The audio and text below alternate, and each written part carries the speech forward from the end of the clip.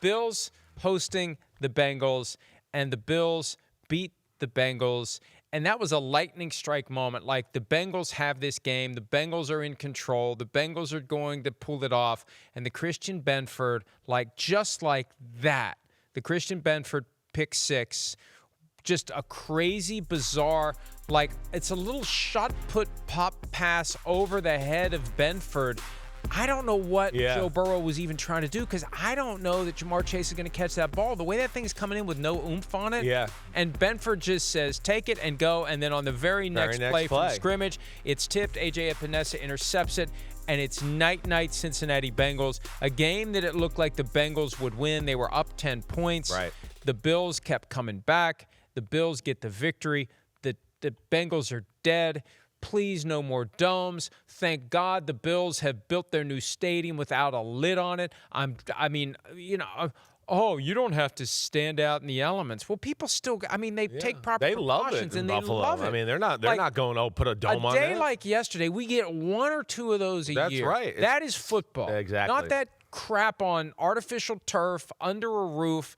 And we're having more and more of these teams now that want to go indoors. But we're going to have Vikings the Packers formula and all that stuff. The Vikings did it 45 years ago. The Bears want to do it. The Browns are going to do it. It's going to be the Packers and the Bills. Yeah. And the Giants. That's right. Yeah. But who knows? The Giants stopped the NFL from putting it. The NFL wanted the Giants to put a dome on it, but the Giants stopped that because it's all about what, Mike? It's all about money. It's all about, if we have a dome, we have concerts all year, and we can have the Super Bowl every so and then. If we're in a big city, now we can have the Super Bowl. Chicago wants a Super Bowl. I'm sure Cleveland will too at one point. No, they want to have events. They want to have a Final Four. Exactly, right. There aren't enough of these events to go around. That's all these numbers, and I'm back to criticizing numbers again, but the studies they put together to wow the local governmental agencies on coughing up the money. It's like Lyle Lanley showing up selling them a monorail. Like, hey, we're going to have this, we're going to have this. And who's Lyle Lanley? That's the Simpsons. Okay. Monorail. All right. Monorail. Monorail. But yeah, that's what it is. It was a great look yesterday. It was awesome, right? We were excited for that game before the game even started because we were going, man, look at the field, look at the snow, look at Burrow and Josh Allen warming up in the snow. The playoff game they had a few years back in Buffalo had a similar look. So it just brought you back to all of that. And then you knew there was it's desperation on the Bengals and Joe Burrow, and it's, oh, man, Joe Burrow's had Josh Allen's number. And then it's, Josh Allen going, man, the Bengals have kind of been one of my kryptonites. For some reason, we can't beat them and handle them, and everybody thinks Joe Burrow's got my number. And it was sitting there. And this is what's amazing about Buffalo. And this is what's amazing about this guy at quarterback. As you heard me say, and I'll say it again, we're watching the modern-day John Elway. I think he's the best quarterback in the sport right now as far as what he does game to game. I know he's not going to win the MVP, but he's kind of the MVP. Nobody's more valuable to their football team than Josh Allen. Come on. We're not watching. Guy you take right. If you were starting a team, I'm taking Josh Allen right now. I'm taking Josh Allen right now. I think Devin McCourty would. I think a lot of people would right now because he can beat you with his brain. He can beat you with his brawn. He's got everything. McCourty would still take Drake May. Yeah, well, you're right, maybe. but even watching some of those highlights and we saw right there. None of those are like, oh God, the guy's open and he hit it. It's all Josh Allen making it happen, which is scary, but it's amazing. And let's bring people back into the game because this is how badly Cincinnati was whooping their ass, right, at first. The game, for the most part, you had the sense of Buffalo's just never going to stop them. Joe Burrow, I know he missed 11 weeks, but second week he looks like he's in MVP form already. It was just boop, boop, boop, boop. I'll do whatever I want, whenever I want. And T. Higgins and some of the plays he was making, incredible that way. They were rolling to the point where you're like, man, Cincinnati's kind of got that mojo that we saw at the end of last year. Nobody's going to want to see this crew if they get in the playoffs or late in the season. But the game was 14-3 in the second quarter. And the Buffalo Bills already knew, oh, no, we're in trouble. And they had, a 4th and 6 or a 7? And Josh Allen buys 7 seconds of time around midfield and gets a first down. The game was that desperate for Buffalo in the early second quarter that they were like, holy cow, if we don't go down and score right here, we're going to get blown out of the gym. They're going to go down and score again. It's going to be 21-3, and we're not going to be able to keep up. And that's the way it felt like for the whole game. It felt like, man, Buffalo's just hanging in there. And then came the play you talked about with Joe Burrow, where I think he got surprised by a corner blitz early in the game. He's smart. We know that. So he sees it again.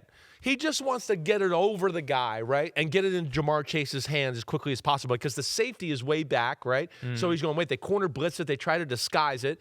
And he just goes, wait, if I can get it to him real quick, he'll now have some room against the safety, and maybe he can make a move, and that'll be the only guy there, right? So I think that's what he was trying to shot put it over that guy's head, right? But in that, it's a soft ball, and it's a little wet with the snow, and he doesn't shot put it enough over Christian Benford's head to where he makes the play of the day on defensive football yesterday. It came at a time when the Bengals, the Bills would score, but the Bengals would drive.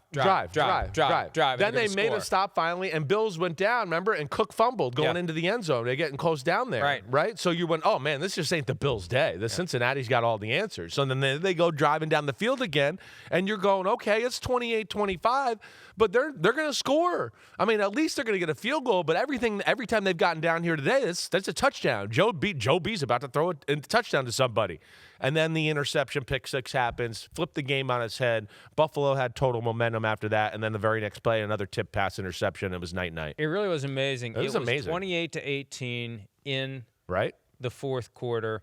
The Josh Allen scramble we showed you earlier made it 28-25, and that's when the Bengals were driving to go up 10 again. Like, okay, you're getting close. We're going to pull away. Right. They were on the Buffalo 33, and boom, there it was. And then to have that moment followed by the next one, what a stunning and sudden turn of events. And it went from inevitable Bengals win to, holy crap, the Bills are taking it. And the Bengals are done now. And are they mathematically eliminated? I don't know. More and more teams are mathematically eliminated. Right. Maybe they've got a 1% chance. Probably something like that. But again, it's the same old story with the Bengals. With the Steelers and the Ravens. They could back into it because the Steelers. Yeah, and the Ravens fall apart. But bad start of the year. Just like I mean, again, I know they won the first two, but then they went on. Joe Burrow got hurt. They couldn't figure a way to manage some games and win any football games. Then they had a trade for Joe Flacco. They got it going a little bit. But, yeah, it just seems like every year the Bengals are fighting some other elements that what's the most important thing is fighting on the field.